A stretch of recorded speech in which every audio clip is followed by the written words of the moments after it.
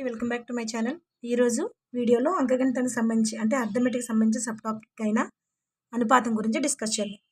First అనుపాతం అంటే రెండు నిష్పత్తుల సమానత్వమును అనుపాతం అంటారు. A:B నిష్పత్తి మరియు C:D నిష్పత్తులు సమానమైతే ABCD A,B,C,Dలు అనుపాతంలో ఉన్నాయని అంటాం. దీనిని మనం A:B = C:D గాను లేదా A:B = A:B is as C:D రాస్తాం. దీన్ని ఈజ్ యాజ్ అని చదువుతాం. ఈ గుర్తును అనుపాతంలో ఉన్న రెండు నిష్పత్తులను సూచించడానికి ఉపయోగిస్తారు. ఈజ్ యాజ్ అనే గుర్తుని రెండు నిష్పత్తులు అంటే A:B మరియు C:D ఈ రెండు నిష్పత్తులు అనుపాతంలో ఉన్నాయని చూపించడానికి ఈ గుర్తుని వాడతాం. సో దీన్ని ఏ విధంగా చదువుతామంటే ఈజ్ యాజ్గా చదువుతాం.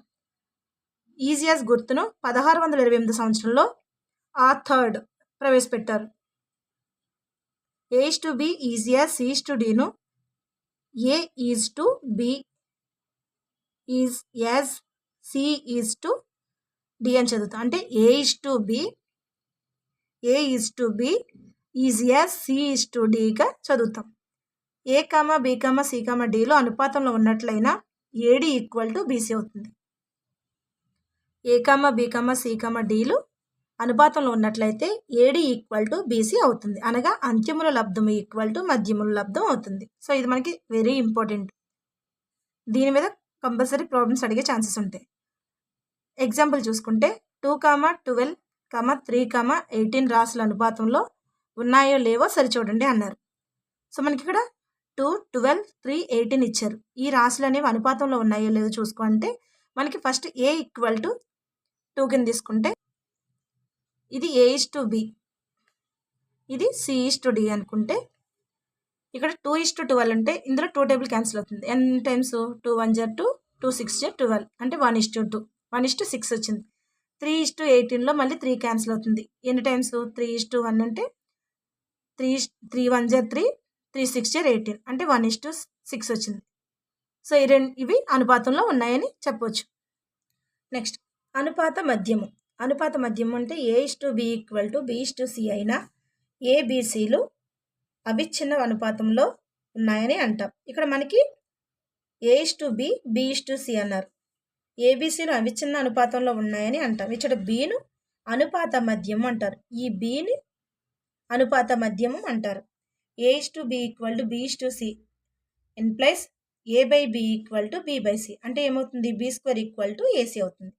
B² = AC అయినా రాయొచ్చు లేదా B = √AC అయినా రాయవచ్చు. సో మనకి ఇలాంటి ప్రాబ్లమ్స్ అనేది ఎగ్జామ్స్లో అడుగుతారు కాబట్టి 5, అనుపాత మధ్యమం ఏది అన్నారు.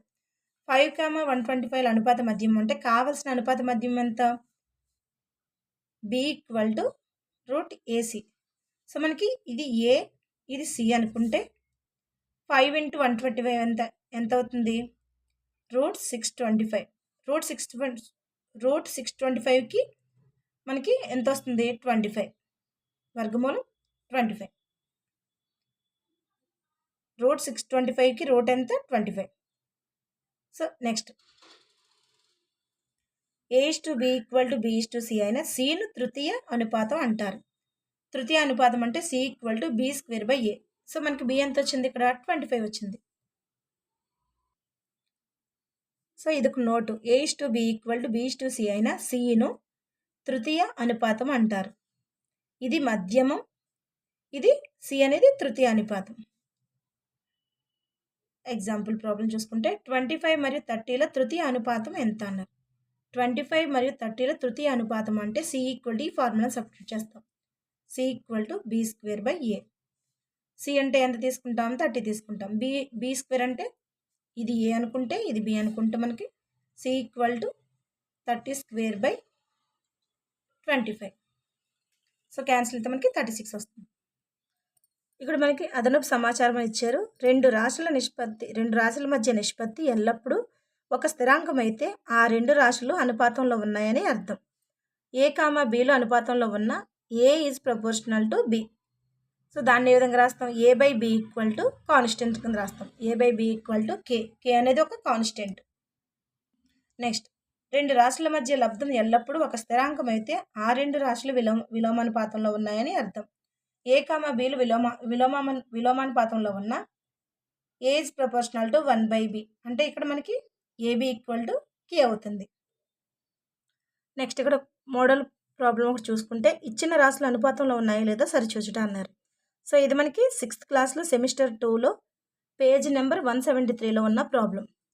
30, 40, 45, 60 సంఖ్యలు అనుపాతంలో ఉన్నాయో లేదో సరిచూడండి. ఆల్రెడీ ప్రాబ్లమ్స్ అన్నీ చెప్పడం జరిగింది. కాకపోతే ఇప్పుడు మనం టాపిక్ వైజ్ సిలబస్ ప్రకారం చెప్తున్నాం కాబట్టి ఇవి చెప్పడం జరుగుతుంది. 30, 40, 45, 60 సంఖ్యలు అనుపాతంలో ఉన్నాయో లేదో సరిచూడండి అంటే మనకి ఇక్కడ ఏముంది, అంత్యముల లబ్ధం ఈక్వల్ టు మధ్యముల లబ్ధం. సో అంత్యముల లబ్ధము అంటే ఇక్కడున్న ఈ రెండు చివరన ఉన్న వాటిని అంటే 30 × 60 ఈక్వల్ టు మధ్యముల లబ్ధం అంటే 40 × 45. సో ఇక్కడ 0, 0 క్యాన్సిల్ అవుతుంది. ఇందులోను 15 టేబుల్ క్యాన్సిల్ అవుతుంది. ఇందులో 2 టైమ్స్, ఇందులో 3 టైమ్స్. ఈ 3 మళ్ళీ ఇందులో 2 టైమ్స్ క్యాన్సిల్ అవుతుంది. అంటే మనకి ఎంత వస్తుంది?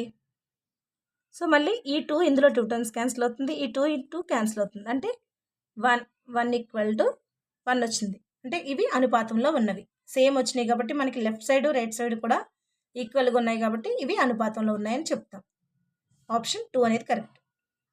నెక్స్ట్ సెకండ్ ప్రాబ్లం చూసుకుంటే 4, 6, 8, 12 సంఖ్యలు అనుపాతంలో ఉన్నాయో లేదో సరిచూడండి అన్నారు. సో ఇది మనకి 6th క్లాస్ సెమిస్టర్ 2లో పేజ్ నెంబర్ 173లో ఉన్న ప్రాబ్లం. సో ఇది కూడా అంతే మనకి 4, 6, 8, 12 అంటే అంత్యముల లబ్ధం అంటే 4 × 12 ఈక్వల్ టు 6 × 8. 6 అనేది ఇందులో 2 టైమ్స్ క్యాన్సిల్ అవుతుంది. ఈ 2 అనేది ఇందులో 4 టైమ్స్, ఈ 4 అనేది 4లో 1 టైమ్స్. అంటే మనకి 1 ఈక్వల్ టు 1 వచ్చింది. అంటే ఇవి రెండు ఈక్వల్గా వచ్చినాయి, అనుపాతంలో ఉన్నవని అర్థం. ఇచ్చిన సంఖ్యలు అనుపాతంలో ఉన్నాయని అర్థం. Option 2 correct. నెక్స్ట్ మోడల్ 2లో అనుపాత రాశులలో మిస్ అయిన రాశిని కనుగొనటం. ఇచ్చిన రాశుల్లో మిస్ అయిన రాశిని కనుగొనడం.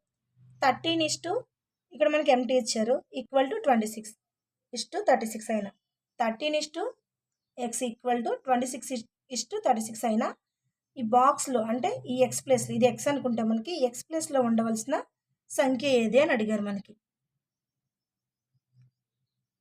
సో మనం 13ని డబుల్ చేస్తే ఇది వస్తుంది.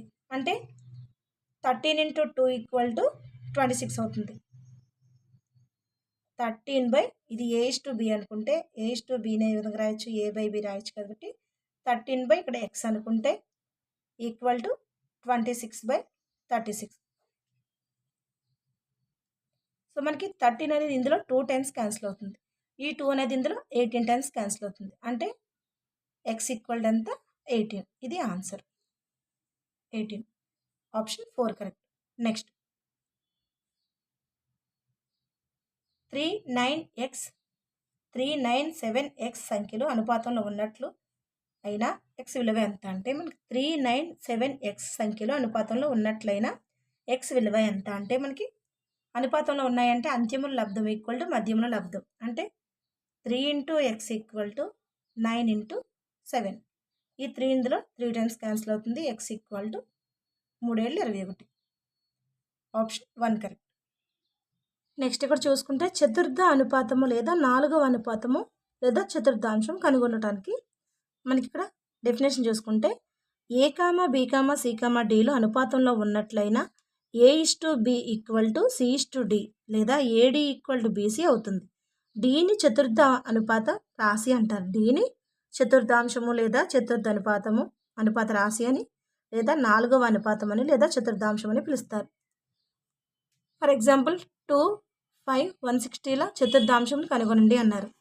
సో మనకి A/B ఈక్వల్ టు C/D అంటే A/B ఈక్వల్ టు C/D అవుతుంది. ఇక్కడ ఇది కనుక్కోమన్నారు. ఇది కనుక్కోమన్నారు కాబట్టి D ఈక్వల్ టు ఏమవుతుంది మనకి C/B/A అవుతుంది. C/B/A అవుతుంది. D equal to BC/A. ఇది formula. C equal to BC/A. So మనకి కనుక్కోమన్నది ఏంటి? 2/5 ఈక్వల్ టు 160/x అంటే ఎక్స్ని తీసుకొస్తే ఈ రెండింటిని తీసుకొస్తే ఏమవుతుంది? ఈ భిన్నం అనేది రెసిప్రోకల్ అవుతుంది. అంటే x ఈక్వల్ టు 160 × 5/2. ఇక్కడ 2/5 అనేది ఇటు వస్తే ఏమొస్తుంది? 5/2. సో ఇది అనేది ఇందులో 2 అనేది 116లో 80 టైమ్స్ క్యాన్సిల్ అవుతుంది. 8×5 = 40 అంటే x = 400. సో మోడల్ 4లో 4వ అనుపాతం లేదా చతుర్థాంశం కనుగొనటానికి ఇంకొక ప్రాబ్లం చూసుకుంటే 15, 25, 44 చతుర్థాంశంను కనుగొనమన్నారు. మనకి a = 15, b = 25, c = 45 ఇచ్చారు. సో d ఎంతో చెప్పమంటున్నారు. ఫార్ములా ఏంటి? d = bc/a. సో అప్పుడు ఏమవుతుంది? d = b అంటే ఎంత? 25, c అంటే 45 బై a అంటే 15. ఈ 15 ఇందులో ఎన్ని టైమ్స్ క్యాన్సిల్ అవుతుంది? 3 టైమ్స్లో. 325 అంటే ఎంత మనకి? 75. ఇది ఆన్సర్. నెక్స్ట్ 8, 12, 16ల చతుర్థాంశం ఎంత అన్నారు? d = 12 అంటే 12 × 16/8 అవుతుంది. ఇది ఇందులో 2 టైమ్స్ క్యాన్సిల్ అవుతుంది. d = 24. Option 4 correct. Next model 5లో అనుపాత మధ్యమం కనుక్కుంటాం. మనకి అనుపాత మధ్యమం = ఏంటి? అనుపాత మధ్యమం b = ac అంటే 9 × 64.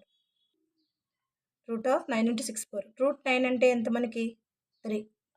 √64 అంటే 8. So 24. Answer 24. Option 1 correct. Next 8, 18ల అనుపాత మధ్యం.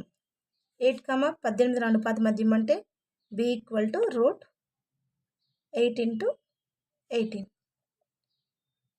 b = 8 × 18 అంటే ఎంత మనకి? √144. √144 అంటే 12. b = 12. Answer 12. Option 2 correct. Next model number 6లో తృతీయ అనుపాత రాశిని కనుగొనట. మనకి a, b, c ఇచ్చినప్పుడు తృతీయ అనుపాతం కనుగొనడానికి c = b²/a. ఇది ఫార్ములా. సో అప్పుడు ఏమవుతుంది? c = b² అంటే ఎంత? 24 × 24/a అంటే 16. సో ఇందులో 4 టేబుల్ క్యాన్సిల్ అవుతుంది. ఇందులో 6 టైమ్స్, ఇందులో 4 టైమ్స్. మళ్ళీ 4 అనేది ఇందులో ఎన్ని టైమ్స్ క్యాన్సిల్ అవుతుంది? 6 టైమ్స్. అంటే c = 36. c = 36 వచ్చింది. నెక్స్ట్ 9, 8ల తృతీయ అనుపాత రాశి ఏది అన్నారు? 9, 18ల తృతీయ అనుపాత రాశి అంటే c = b²/a. b² అంటే 18 × 18/9. ఇది ఇందులో 2 టైమ్స్ క్యాన్సిల్ అవుతుంది. 2 8 36. ఆన్సర్ 36. సో మనకి మెయిన్ తృతీయ అనుపాతం అడిగినప్పుడు c = b²/a ఫార్ములా వేస్తాం. మధ్యమ అనుపాతం అడిగినప్పుడు b = √ac. దీన్ని మనం హోల్ స్క్వేర్ చేసినప్పుడు ఈ ఫార్ములా వస్తుంది. ప్రథమ అనుపాతం అడిగితే కూడా చేయొచ్చు, మనం మార్చుకోవచ్చు. Thank you. ఈ వీడియో కనుక మీకు నచ్చితే లైక్ చేసి సబ్స్క్రైబ్ చేయండి. వీలైతే షేర్ చేయండి.